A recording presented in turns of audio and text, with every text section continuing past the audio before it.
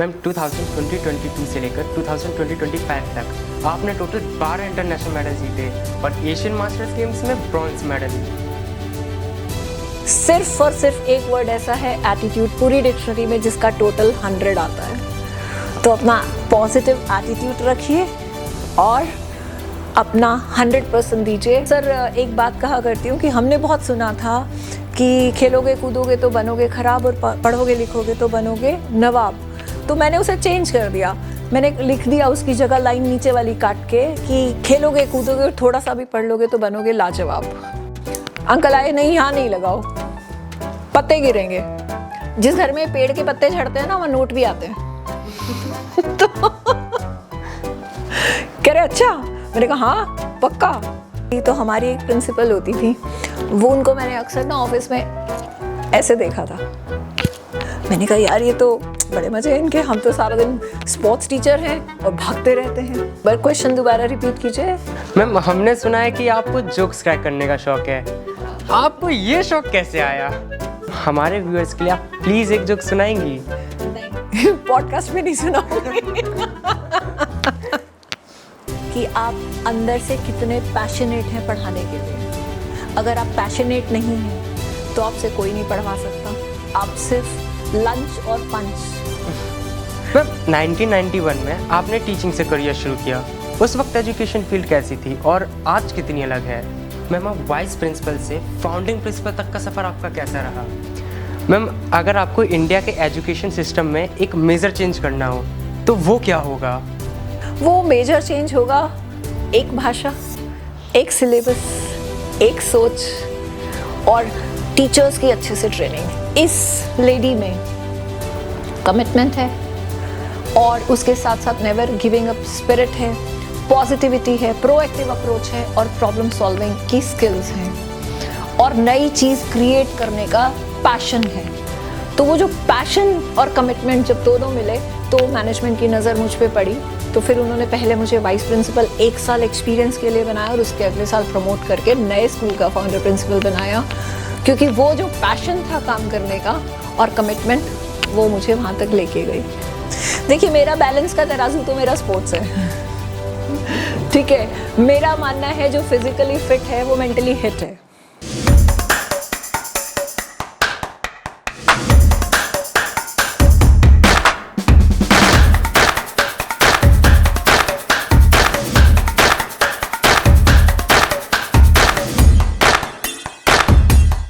Welcome back to the Prominence Art, powered by Sudhiti Global Academy, Etawah, where every thought counts. I am Aryan, student of Sudhiti Global Academy, Etawah. आज के podcast में हमारे साथ एक बहुत inspiring personality है, miss Richa Sood ma'am. She is the founder and director of royal kids school, CBSE master trainer और international athlete. उनकी जर्नी टीचर से लेकर नेशनल अवार्ड विनर और इंटरनेशनल मेडल्स तक की है, which is truly amazing. Education हो या स्पोर्ट्स, रिचा मैम का विजन बिल्कुल क्लियर है, discipline, values and compassion for nature and animals. तो चलिए दोस्तों एक वार्म वेलकम करते हैं मिस रिचा सूद मैम का। मैम सबसे पहले इस पॉडकास्ट में आपका स्वागत है। Thank you so much. Ma'am हमने आपके अचीवमेंट्स के बारे में बहुत कुछ सुन रखा है, तो आप अपने आप को कैसे इंट्रोड्यूस करेंगी? As a educationist, as a trainer, as a athlete या फिर एज ए राइटर? मैं अपने आप को 4 P's में एक्सप्लेन करूंगी। फर्स्ट प्लेयर यानी कि स्पोर्ट्स पर्सन, उसके बाद पेंटर और उसके साथ साथ मेरी लिखने की जर्नी भी स्टार्ट हुई, लेकिन स्पोर्ट्समैन स्पिरिट से नेवर गिविंग अप जो स्पिरिट स्टार्ट हुई और कमिटमेंट की और डिसिप्लिन की जो स्पिरिट स्टार्ट हुई वो मुझे लेके गई प्रिंसिपलशिप तक। और ये 4 P's player, painter, poet and principal. आपके बचपन के दिन कैसे रहे और आप स्पोर्ट्स और एजुकेशन दोनों को कैसे बैलेंस कर पाती थी? देखिए स्पोर्ट्स और एजुकेशन को बैलेंस स्पोर्ट्स कर लेती है, क्योंकि जो खेलने वाला बच्चा होता है उसका दिमाग फ्रेश होता है, हेल्दी होता है, तो वो जो थोड़ा सा भी पढ़ लेता है तो वो उसे जल्दी समझ में आ जाता है। मैं अक्सर एक बात कहा करती हूँ कि हमने बहुत सुना था कि खेलोगे कूदोगे तो बनोगे खराब और पढ़ोगे लिखोगे तो बनोगे नवाब। तो मैंने उसे चेंज कर दिया, मैंने लिख दिया उसकी जगह लाइन नीचे वाली काट के कि खेलोगे कूदोगे और थोड़ा सा भी पढ़ लोगे तो बनोगे लाजवाब। Wow ma'am, that's really amazing.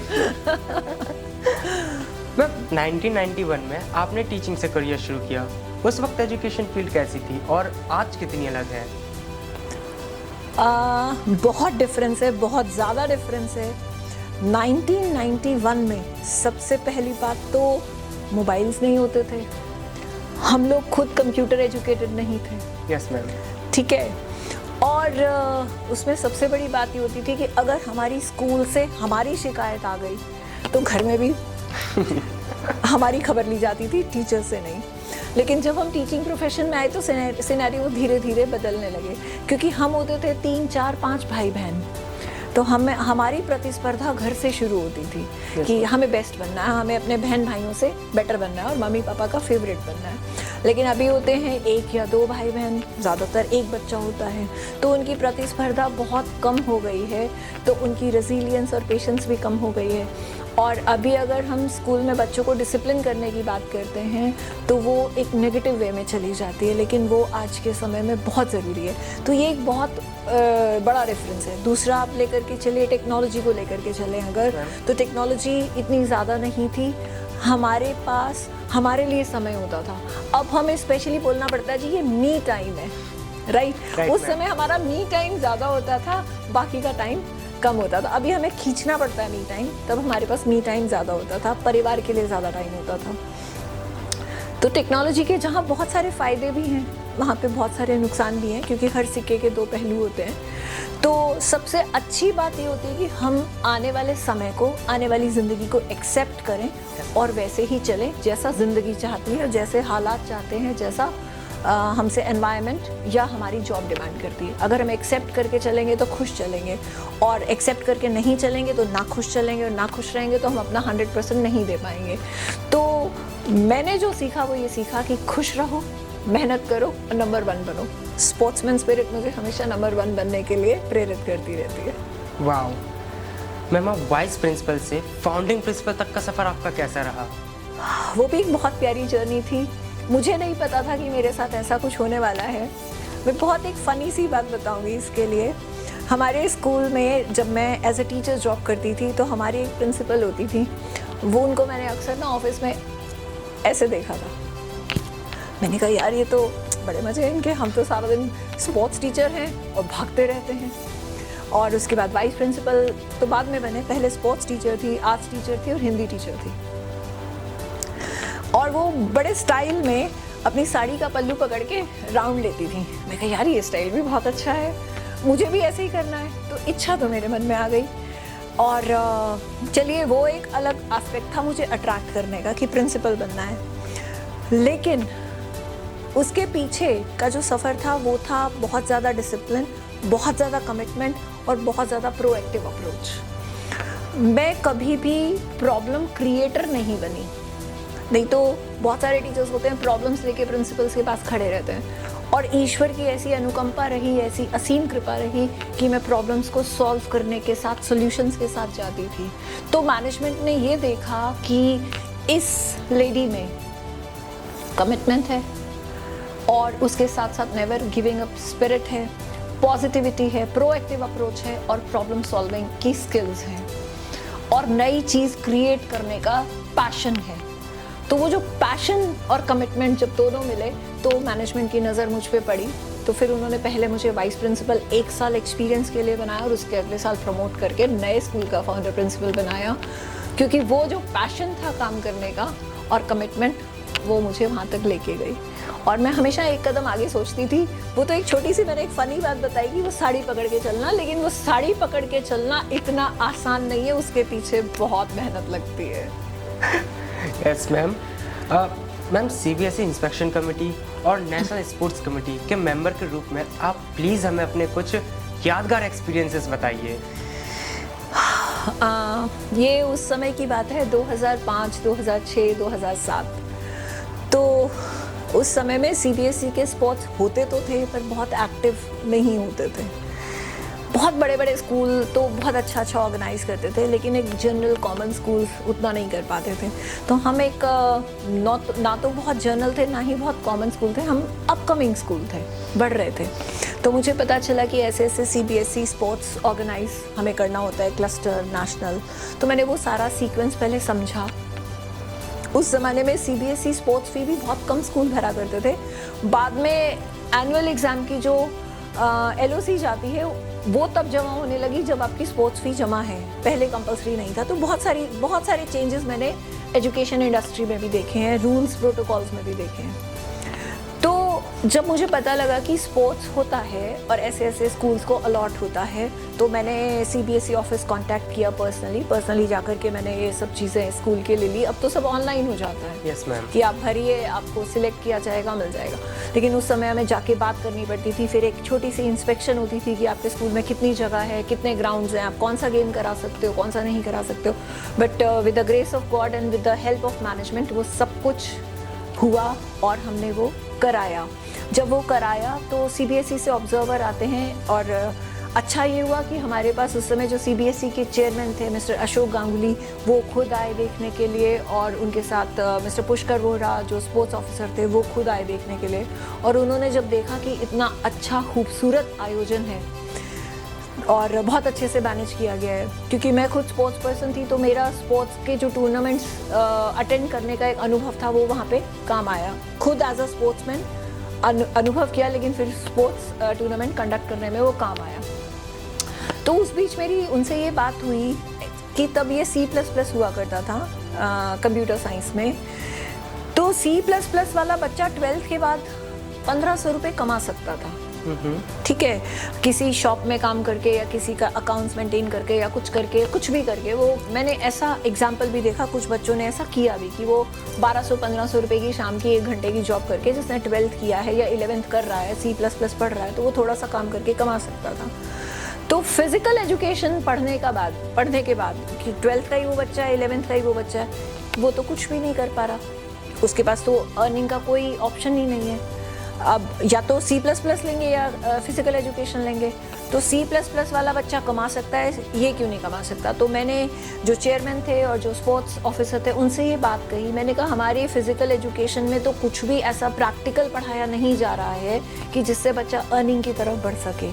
तो उन्हें ये सजेशन बहुत अच्छा लगा, तब उन्होंने फिर मुझे इन्वाइट किया और मुझे बनाया फिर physical education teacher. Physical education के जो बुक थी उसमें भी उन्होंने कुछ नए चैप्टर्स इंट्रोड्यूस करे, जैसे एरोबिक्स इंस्ट्रक्टर। हालांकि अब वो चैप्टर्स फिर से नहीं है, बट वो कुछ 2 से 3 चैप्टर्स तब इंट्रोड्यूस हुए थे, वो भी अच्छा लगा।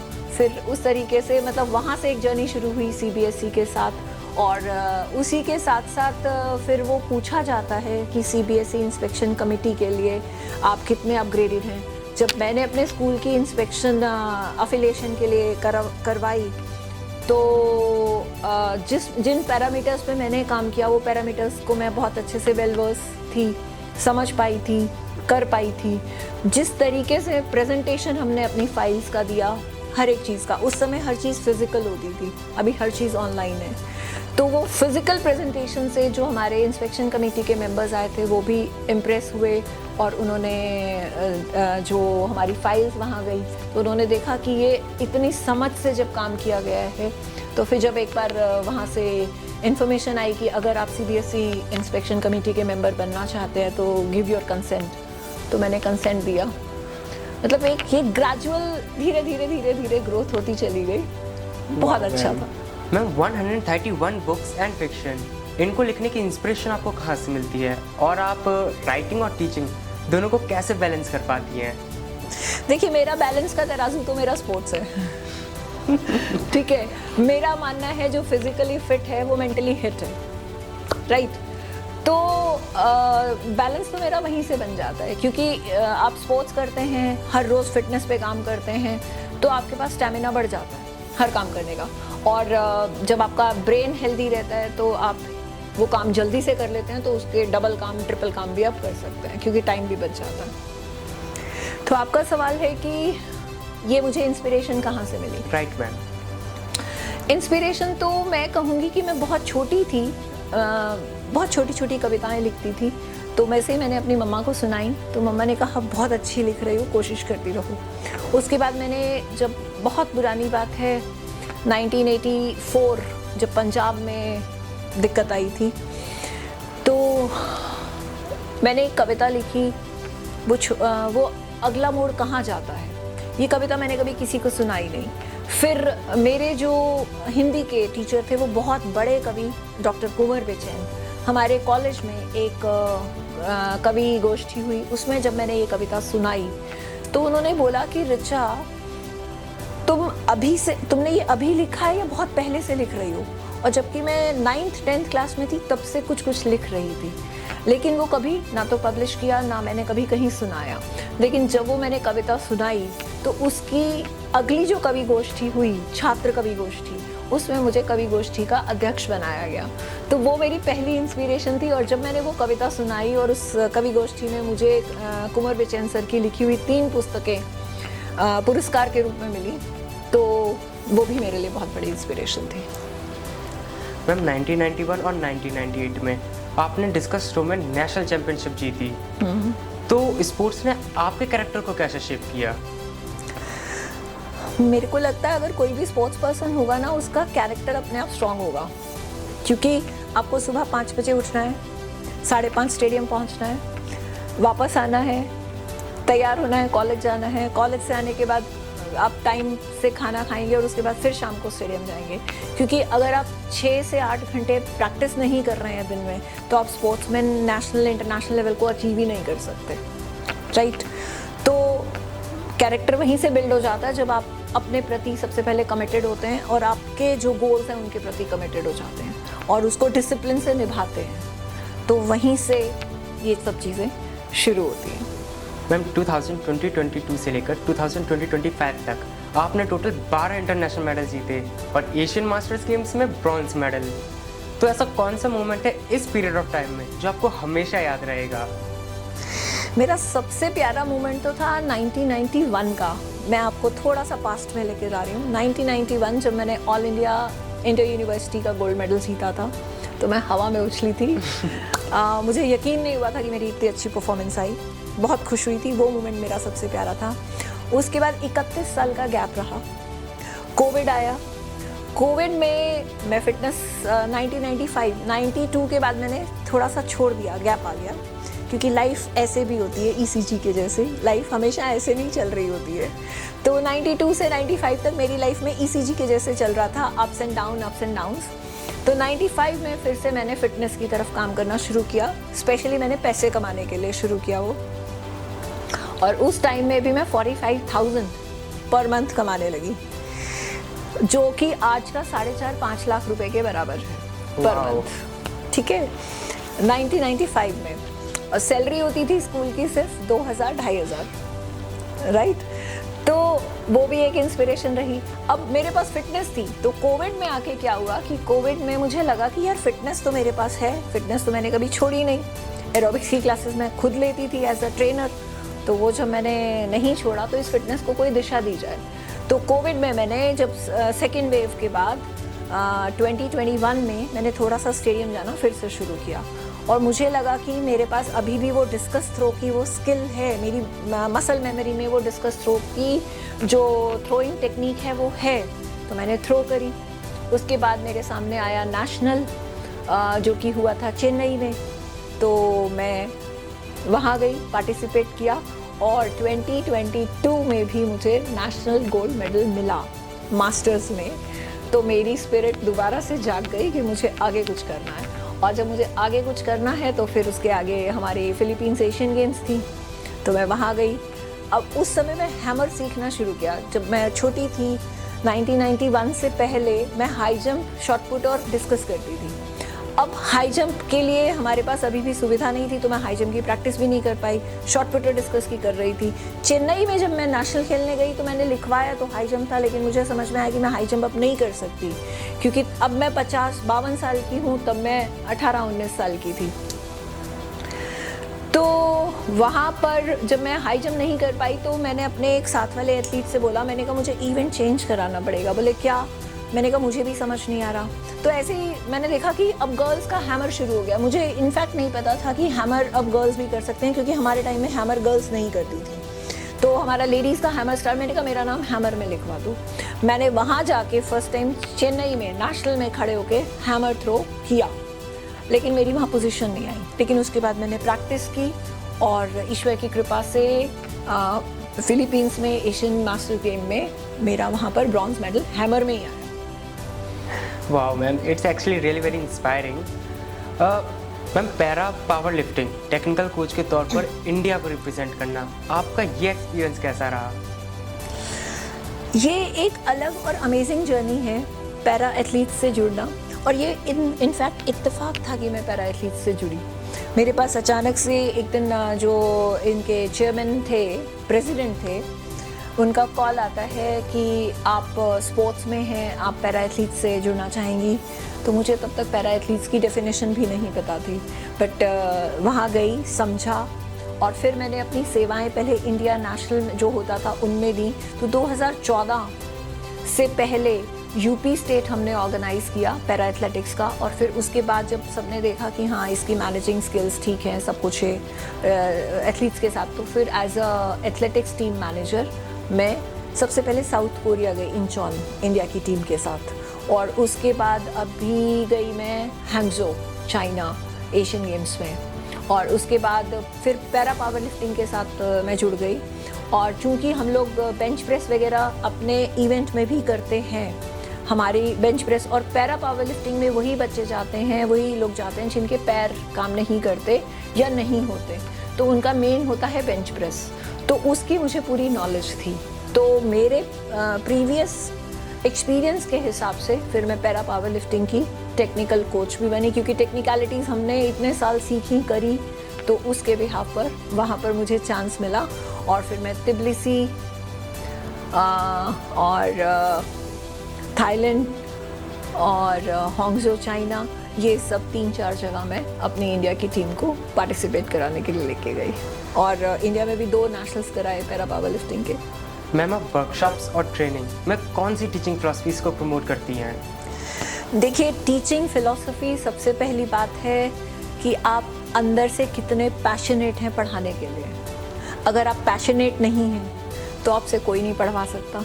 आप सिर्फ लंच और पंच 2 पंचेस और 1 लंच का ही काम करके आएंगे। सुबह जाएंगे, साइन करेंगे, शाम को आधे में साइन कर देंगे और स्कूल में जाके लंच करके आ जाएंगे। लेकिन जो बंदा पैशनेट है वो उस लंच और 2 पंच के बीच में सार्थकता डालेगा, वो आती है पैशन से। और पैशन जो है उसके पीछे आपको सब कुछ करवाता है, प्रिपरेशन भी करवाएगा, डिसिप्लिन भी लाएगा, कमिटमेंट भी लाएगा, और बच्चों के साथ हर समय कुछ नया इनोवेट करने की अंदर से प्रेरणा भी देता रहेगा। तो ये सबसे बड़ी फिलॉसफी है पैशन। अगर आप पैशनेट हैं, चाहे वो आप टीचिंग है या कुछ भी है, अगर आप पैशनेट है तो कुछ भी कर सकते हैं। तो सबसे बड़ी फिलॉसफी तो यही है। इसके अलावा टीम बिल्डिंग है, टीचर्स को मोटिवेट करना है। मोटिवेट भी आप उसी को करना चाहते हैं जो होना चाहता है। आप कितना ही ठोक पीट लें वो नहीं ठीक होगा, थोड़ा बहुत हो जाएगा, थोड़ा बहुत और हो जाएगा, लेकिन जब तक उसमें वो पैशन, वो आग नहीं होगी काम करने की, तब तक मज़ा नहीं है काम करने का। और आग जिसमें आ गई, जिसमें वो पैशन आ गया, वो वंडर्स अपने आप कर देगा। मैम, आज के टाइम पर स्कूल लीडरशिप और टीम बिल्डिंग में सबसे इम्पोर्टेंट क्वालिटी क्या होनी चाहिए? स्कूल लीडर्स को सबसे पहले तो खुद को बहुत अपग्रेड करना चाहिए। जितना वो खुद अपग्रेडेड होंगे उतना वो दूसरे वाले इंसान को समझ पाएंगे और समझा पाएंगे। दूसरा, उनमें होना चाहिए एम्पैथी। एम्पैथी मतलब आपको टीचर की जगह भी रख के सोचना होगा, और टीचर को भी लीडर की जगह अपने आप को रख के सोचना होगा कि लीडर के ऊपर क्या प्रेशर है और टीचर के ऊपर क्या प्रेशर है। दोनों एक दूसरे को समझेंगे और दोनों एक दूसरे की जूते में पाँव रख के समझेंगे, एम्पैथाइज करके समझेंगे, तो बहुत अच्छी टीम बिल्डिंग होगी। क्योंकि ये उन्हें सपोर्ट करेंगे, वो इन्हें सपोर्ट करेंगे, इसी सपोर्ट से ही काम चल सकता है। तो लीडर का विजन, मिशन क्लियर होना चाहिए और एम्पैथेटिक होना चाहिए लीडर को।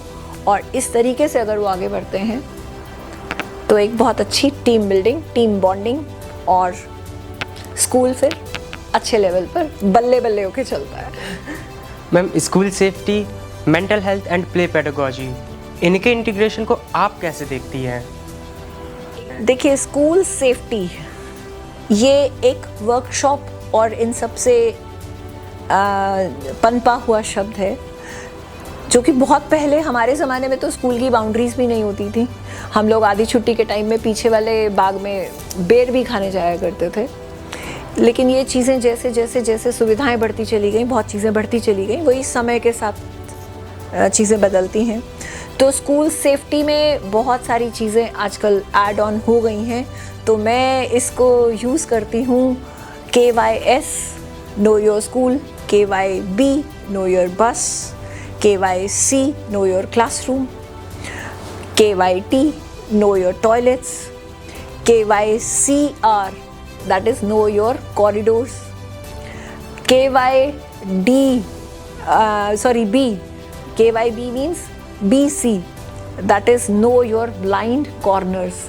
तो इस तरीके से मैं स्कूल सेफ्टी को बच्चों को पहले सिखाती हूँ, फिर साथ में टीचर्स को भी बिठा के समझाती हूँ। तो ये तो स्कूल सेफ्टी का है। इसके साथ आपने दूसरा क्या पूछा? Mental health. मेंटल हेल्थ आज का सबसे बड़ा इशू है, बहुत बड़ा इशू है रादर।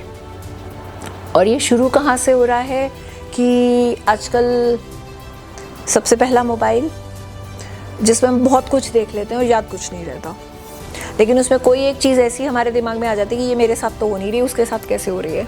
वहाँ से एक प्रॉब्लम शुरू होती है। कुछ मेंटल हेल्थ हमारी होती हैं जो बाय बर्थ होती हैं, जेनेटिक होती हैं। वो कहाँ से आती हैं?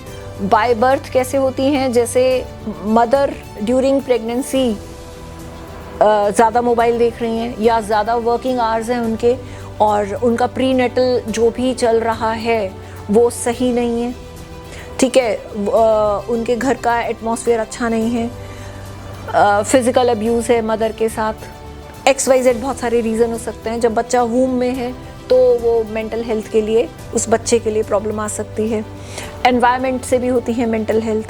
तो ये बहुत सारी चीज़ें हैं जो मेंटल हेल्थ। अब मदर मान लीजिए प्रेगनेंसी में अल्कोहल ले रही है, तो बच्चे की मेंटल हेल्थ ख़राब होगी।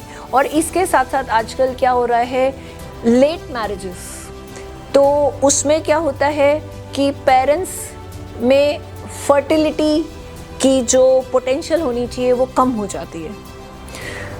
जो बेस्ट एज होती है मैरिज की वो होती है 20 से 26 साल के बीच में, लेकिन अभी लोग कहते हैं हम पहले कैरियर बना लें, हम घर बना लें, हम गाड़ी बना लें, हमारा सैलरी पैकेज ऐसे हो जाए, हम सेटल हो जाएं। तो वो सेटल होते तक क्या होता है, वो 30, 32, 35 साल के होने लग जाते हैं। तो जो उनका फर्टिलिटी पोटेंशियल है वो वीक पड़ जाता है, फीमेल का भी मेल का भी। और उससे फ़र्क क्या होता है कि जब उनका बेबी होता है वो, क्योंकि उनके जो फर्टिलिटी पोटेंशियल वीक हैं, तो उनसे जो बेबी डेवलप होगा वो भी पूरी तरह से हेल्दी नहीं होगा। तो वहाँ से भी मेंटल इश्यूज़ हमारे स्टार्ट होते हैं। तो ऐसे बहुत सारे रीज़न्स हैं। मेरा मानना है कि हम रीज़न्स को मिटाएं बजाय हम सिम्टम्स को ट्रीट करें। तो अगर हमारे रीज़न्स ख़त्म हो जाएंगे तो बीमारी आएगी ही नहीं।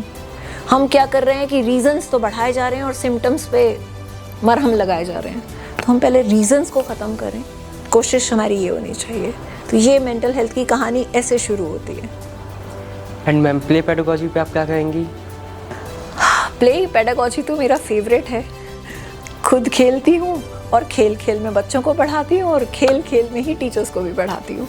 तो अगर खेल में जब हम पढ़ते हैं और वो हमें कभी नहीं भूलता, तो कभी आज भी मैंने जो वर्कशॉप ली उसमें भी मैंने टीचर्स को सिखाया कि आप खेल खेल में कैसे पढ़ा सकते हो, और खेल खेल में पढ़ा हुआ कभी भूलता नहीं है, क्योंकि हमारी उसमें मल्टी सेंसरी लर्निंग हो जाती है। तो जब मल्टी सेंसरी लर्निंग होती है तो बहुत मज़ा आता है। और खेल खेल के जो पढ़ता है वो व्यक्ति ऐसा डेवलप होता है कि वो ज़िंदगी को भी खेलता है, फिर ज़िंदगी को झेलता नहीं है। तो इसलिए खुद भी खेलो, खेल खेल के पढ़ो, खेल खेल के पढ़ाओ और लाजवाब हो जाओ, जो मैंने आपको पहले भी कहा। तो इस चीज़ को तो मैं बहुत बेटर नहीं समझ सकता हूँ, क्योंकि जब मैं भी खेल खेल के पढ़ता हूँ तो बहुत लंबे टाइम तक चीज़ें याद रहती मेरे को। मैम, अगर आपको एक नए टीचर को एडवाइस देनी हो तो वो क्या होगी? सबसे पहला, अगर आप टीचिंग प्रोफेशन में आए हैं, अगर मजबूरी से आए हैं तो भी ठीक है, अपनी चॉइस से आए हैं तो बेस्ट है, अगर बाई चांस आए हैं तो उसे अडॉप्ट कीजिए, ठीक है। लेकिन अगर आप टाइम पास के लिए आए हैं तो मत आइए।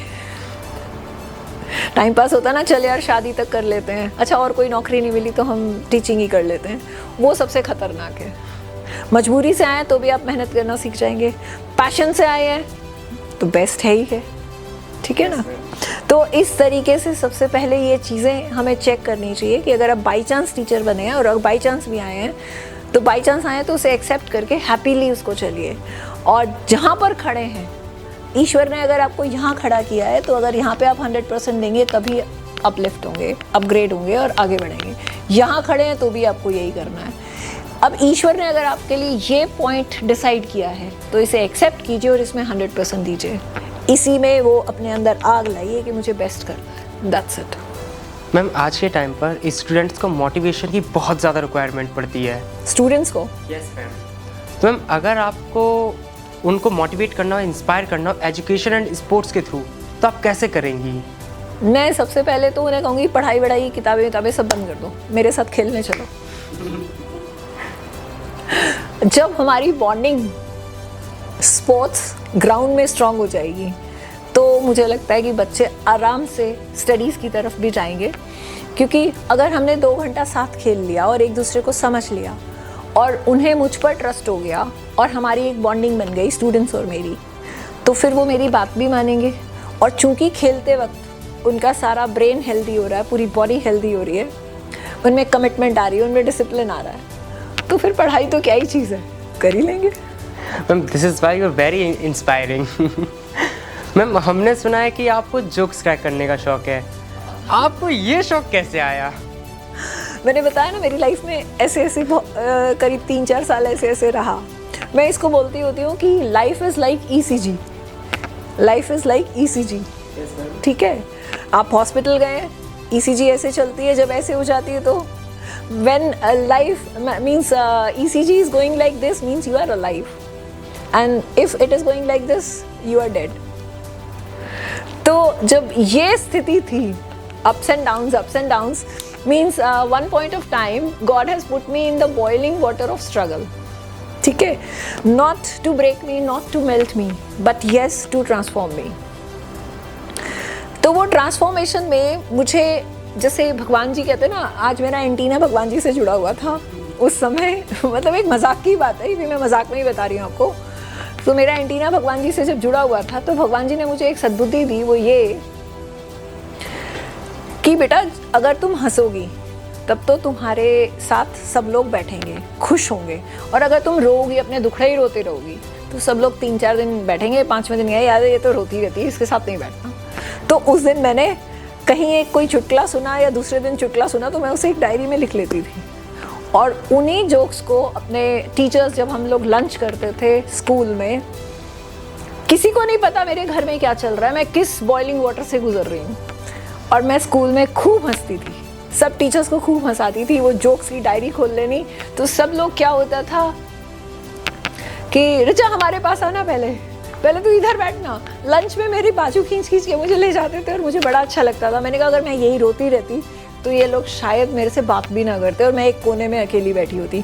तो वहाँ से मुझे जोक्स क्रैक करने की एक इंस्पिरेशन भी मिली और शौक भी हो गया कि हंसाना बहुत अच्छी बात है, और कहते हैं कि लाफ्टर इज़ कंटेजियस। तो दैट्स इट। मैम हमारे व्यूअर्स के लिए आप प्लीज़ एक जोक सुनाएंगी? नहीं, पॉडकास्ट में नहीं सुनाऊंगी। Okay ma'am, no problem. Ma'am आप एनिमल्स और नेचर दोनों के लिए एक्टिवली एडवोकेट करती हैं, ये पैशन आपकी लाइफ में कैसे आया? देखो मैं बहुत छोटी थी, मुझे कुछ ऐसा समझ भी नहीं था कि लोग जानवर को मार के खा जाते हैं, ठीक है, और वो भी सब किसी ना किसी के बच्चे हैं। तो जब मैं जॉब में आई, तो मैं जब स्कूल जाती थी तो सुबह मैं जिस रास्ते से जाती थी वहाँ सुबह बहुत सारे मेमने आते थे, बकरियों के बच्चे, और जब मैं वापस आती थी तो उनमें से एक भी नहीं होता था। सुबह जाती थी तो 5-6 बंधे होते थे और बड़े प्यारे मम्मा कर रहे होते थे, और जब वापस आती थी तो एक भी नहीं होता था। अच्छा, मुझे नहीं पता था कि बराबर में ही कसाई की दुकान है, मुझे बिल्कुल नहीं आइडिया था। तो मैं अपना, जैसे तब मैं स्कूटर मोटरसाइकिल चलाती थी, तो मैं गई और इतना दाएं बाएं नहीं देखा और आ गए, घर आ गए। एक दिन जब मेरी नज़र पड़ी कि ये छोटे छोटे मेमने वहाँ कटे हुए टंगे हुए हैं, उस दिन मैं हिल गई। मैंने सोचा कि मैं रास्ता बदल दूँ। मैंने कहा रास्ता बदलने से तो कुछ नहीं होगा। तो चेंज तो अभी भी कुछ नहीं हुआ, बहुत कुछ चेंज होना बाकी है। लेकिन वहाँ से मेरे अंदर एक संवेदना जागनी शुरू हुई, जानवरों के लिए, पंछियों के लिए, स्ट्रे एनिमल्स के लिए। इसको मैंने कभी प्रोपेगेंडा तो ज़्यादा नहीं किया, लेकिन इसके लिए काम बहुत किया और चुपचाप अभी भी करती रहती हूँ। डॉग्स को पालना, एनिमल्स, गाय, और जहाँ पे इनके लिए डोनेशन देना है वो भी मैं चुपचाप से देती रहती हूँ। आज पहली बार पॉडकास्ट पे बोल रही हूँ, इसलिए बोल रही हूँ कि अगर कुछ लोगों तक ये आवाज़ पहुँचे कि उनकी भी अपनी डिग्निटी है, उनकी भी अपनी ज़िंदगी है, वो भी किसी का बच्चा है। आप एक माँ से बच्चे को खींच के ले जा रहे हैं और उसको वहाँ जाके काट देंगे, और किसके लिए? सिर्फ अपनी 2.5 इंच की ज़ुबान के लिए। और अल्टीमेटली है क्या वो? फाइनली यहाँ से आपको उसका टेस्ट पता है? इतनी सी ज़ुबान के बाद आपको उसका टेस्ट पता है? नहीं। चलिए, ये तो हो गई एक संवेदना वाली बात। दूसरी बात, उस जानवर को कौन सी बीमारी है आपको नहीं पता, आप वो बीमारी भी खा रहे हैं। आजकल आप मछलियाँ खा रहे हैं। मैंने एक मछली को भी तड़पते हुए देखा था, वहाँ से भी मैं हिल गई थी। तो मतलब मेरे ये 3-4 ऐसे इंसिडेंट्स थे जिन्होंने मुझे बहुत ज़्यादा अंदर तक हिला दिया। मछली को एक व्यक्ति ने पकड़ा, वो तड़प रही थी, उसे ईंट के नीचे दबा के रख दिया, इतनी बड़ी मछली थी। और मैं उसी मछली के जैसे तड़पने लगी कि मैं इसे कैसे छुड़ाऊँ। वो उसने कांटे से पकड़ी थी, ईंट के नीचे रखा। मैं बात बता रही हूँ, मैं बहुत छोटी थी, सिरसा में रहती थी। तो जैसे ही उस मछुआरे का मुंह दूसरी तरफ हुआ, मैंने उस मछली को वापस पानी में डाल दिया। लेकिन मैंने ये देखा कि वो मछली पानी में फिर भी तड़प रही थी, क्योंकि जब कांटा उसके गले में से निकाला जाता है तो उसका गला अंदर से कट जाता है। हम इंसान कहाँ से रह गए? हम तो हिंसान हो गए, हिंसा करते हैं। तो वापस इंसान बनाने की मैं अपील करती रहती हूँ। ऐसी मैंने एक कविता भी लिखी थी, हिंसानी सोच। तो ये संवेदनाओं की बातें हैं। जो संवेदनशील है, वही संवेदनशीलता हमें ख़त्म होती जा रही है। बहुत लोग कहते हैं कि अगर हम नहीं खाएंगे तो ये हमारे सर पे डांस करेंगे, मछलियाँ, बकरे सब हमारे सर पे आ जाएंगे। लेकिन ऐसा नहीं है, प्रकृति हर चीज़ को बैलेंस कर देती है। मैम, इस पॉडकास्ट में जितने भी लोग हैं, मैम, इस चीज़ को लेके मैं आपको ज़रूर प्रॉमिस करता हूँ कि अगर कोई भी पॉसिबल चीज़ हो सकती है जो हम नेचर या एनिमल्स के लिए कर सकें, हम डेफिनेटली करने का ट्राई करेंगे। और ऐसे ही पेड़ काट देते हैं। जब पेड़ कटते हैं तो उस पर कितनी सारी चिड़ियाओं के बच्चे होते हैं। मतलब मैं विक्षिप्त हो जाती हूँ, बिखर जाती हूँ जब ऐसा कोई इंसिडेंट देखती हूँ। कई दिनों तक सो नहीं पाती। लेकिन हम उतने सक्षम नहीं हैं कि हम इन चीज़ों को रोक सकें, और जो लोग सक्षम हैं वो रोकते नहीं हैं। सबसे बड़ी दुविधा और विडंबना यही है। मैम, मुझे नहीं समझ में आता कि लोग ऐसा क्यों करते हैं। लाइक उनका खुद का जो शेल्टर है वो दूर हो जाए तो उन्हें बड़ा बुरा लग रहा है, बट दूसरों का शेल्टर छीन लेने के बाद उन्हें बहुत अच्छा लग रहा है। Ma'am, love nature, love animals, let them live, इसको आप अपनी लाइफ में कैसे प्रैक्टिस करती हैं? मैं सबसे पहले तो स्ट्रे एनिमल्स, उनको जितना मैं सेवा कर सकती हूँ करती हूँ। गौशाला में जो सेवा कर सकती हूँ वो करती हूँ। और जितने प्लांट्स मैं लगा सकती हूँ, लोग लाखों पेड़ों को लगाने की बात करते हैं, मैंने लाखों तो नहीं, हाँ लगभग 5000 के आसपास पेड़ मैं अभी तक लगा चुकी हूँ। मैं 5000 ये नहीं कहती कि वो एग्जैक्ट 5000 ही होंगे, वो 495 भी हो, 4995 भी हो सकते हैं, और वो 595 भी हो सकते हैं। मैं लेकिन हर साल बहुत सारे पेड़ लगाती हूँ और चुपचाप से लगाती हूँ। लेकिन फिर मुझे ये समझ में आता है कि इनको पालेगा कौन। पहले मैंने ऐसे बहुत सारे खरीद के पेड़ लगाए, लेकिन मैं उन्हें पालने नहीं जा पाती थी। अब मैं वहाँ पेड़ लगाती हूँ, चाहे वहाँ पे 2 लोग उसकी 1 मग पानी डालने की जिम्मेदारी ले लें, बस मैं वहाँ पेड़ लगाती हूँ जहाँ पर उसको कोई, मतलब इसमें एक बड़ा प्यारा एक इंसिडेंट हुआ था। मैं पेड़ लगा रही थी तो एक अंकल जी बाहर आए घर से, अपनी कॉलोनी में ही लगा रही थी। तो उसमें क्या हुआ कि अंकल आए, नहीं यहाँ नहीं लगाओ, पत्ते गिरेंगे। मैं सोच में पड़ गई कि इनको मैं कैसे कहूँ। मैंने कहा पेड़ तो मुझे लगाना है। वो शायद मेरा 183वां पेड़ था, 183rd। तो मैंने कहा अंकल पेड़ लगाने दीजिए ना, सांस देगा, ऑक्सीजन देगा। उस भाषा में समझाने लगी मैं, वो नहीं समझे। 4-5 मिनट हो गए, 6 मिनट हो गए। मैंने कहा अंकल पता है जिस घर में पेड़ के पत्ते झड़ते हैं ना, वहाँ नोट भी आते हैं। तो कह रहे अच्छा। मैंने कहा हाँ पक्का। और ये बात तो मैंने तो मजाक में कही थी, उन्होंने पेड़ भी लगवा लिया। उनका बहुत टूटा फूटा सा घर था, आज वही घर 3 मंजिला फर्स्ट क्लास मार्बल से बना हुआ है। वाओ। मैम इसका मतलब नेचर भी फिर साथ देता है, अगर नेचर का साथ दे तो। मैम अगर आपको इंडिया के एजुकेशन सिस्टम में एक मेजर चेंज करना हो तो वो क्या होगा? वो मेजर चेंज होगा एक भाषा, एक सिलेबस, एक सोच और टीचर्स की अच्छे से ट्रेनिंग। टीचर्स की जो बीएड है ना, उसमें अच्छे से उन्हें ट्रेन किया जाए ताकि वो बच्चों के भविष्य से खिलवाड़ ना करें, उसको पैशनेट होकर पढ़ाएं और बीएड ऐसी करके आएँ, पढ़ाई ऐसी ट्रेनिंग लेकर के आएँ कि फिर उन्हें इधर उधर झांकने की ज़रूरत नहीं, बस बच्चों के साथ ऊपर ऊपर ऊपर ऊपर चढ़ते जाना हो। मतलब एक भाषा, एक सिलेबस पूरे देश में। और मैम आपके लिए सक्सेस का एक्चुअल मीनिंग क्या है?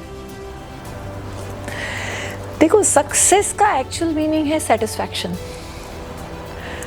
सक्सेस जिसमें भी आपको खुशी मिले। अब मैं आपके साथ बैठी हूँ, मेरे लिए आज अगर मैं इसे कहूँगी तो मैं कहूँगी मेरी ज़िंदगी बन गई, तो ये सक्सेस है। आपने मेरा पॉडकास्ट लिया, आई एम सो हैप्पी, ये सेटिस्फेक्शन है और यही सक्सेस है। सक्सेस कोई ऐसा नहीं है कि हम बहुत बड़ी ऊंची सीढ़ी लेके हम वो अकेले कोने पे खड़े हुए हैं। सक्सेस ये है कि आपने किसी को कुछ दिया, आपकी वजह से किसी को सुख मिला, खुशी मिली, आपकी वजह से किसी व्यक्ति की ज़िंदगी में चेंज आया, कोई ऊपर उठा, वो सक्सेस है। और इन छोटी छोटी सक्सेस में आपको सेटिस्फेक्शन जो होती है वही खुशी होती है और वही खुशी आपकी सक्सेस होती है। आप जा रहे हैं, आपसे कोई लोग पैसे मांगते हैं, भीख मांगते हैं, मैं भीख नहीं देती किसी को, मैं बिस्किट्स या ऐसी चीज़ें दे देती हूँ। तो वो बच्चे वो बिस्किट खा के खुश हो जाते हैं, उनके चेहरे पे मुस्कुराहट आती है, कहते हैं आंटी एक और दे दो, मैं उन्हें 2 और दे देती हूँ। वो जो खुश होते हैं, उनकी जो मुस्कुराहट है वो भी एक छोटी सी सक्सेस है। तो अगर हम ऐसी छोटी छोटी सक्सेस को भी सेलिब्रेट करते हुए चलें तो ज़िंदगी लाजवाब है। मैम टू एंड विद, हमारे व्यूअर्स के लिए इंस्पायरिंग मैसेज जो उनकी ज़िंदगी बदल सके। पैशनेट हो जाइए और जहाँ भी ईश्वर आपको खड़ा कर रहा है वहाँ 100% दीजिए, क्योंकि एटीट्यूड को जब आप ABCD के काउंटिंग से काउंट करेंगे ना, तो सिर्फ एक वर्ड एटीट्यूड ऐसा है जिसका टोटल 100 आता है। मतलब A को आपने 1 लिखा, B को आपने 2 लिखा, ऐसे Z को आप 26 लिखेंगे और उसमें आप नॉलेज उठा लीजिए, स्किल उठा लीजिए, कुछ भी उठा लीजिए, उसका टोटल करिए, 100 नहीं आएगा। सिर्फ और सिर्फ एक वर्ड ऐसा है एटीट्यूड पूरी डिक्शनरी में जिसका टोटल 100 आता है। तो अपना पॉजिटिव एटीट्यूड रखिए और अपना 100% दीजिए और जो है उसमें खुश रहिए, संतुष्ट रहिए और हर छोटी से छोटी सक्सेस को सेलिब्रेट कीजिए, हर लम्हे को एक सेलिब्रेट कीजिए। ज़िंदगी उत्सव है, उसको मनाते रहिए। Wow ma'am, I think this is the best motivating line और inspiring line for everyone. Yes, ज़िंदगी उत्सव है, उसे मनाते रहिए। Ma'am thank you so much ma'am for giving your precious time to the prominence hour. Thank you so much, I'm so fortunate to be here. Stay tuned with The Prominence Hour, where every thought counts. हम फिर मिलेंगे एक नए episode में एक नए guest के साथ। नमस्कार।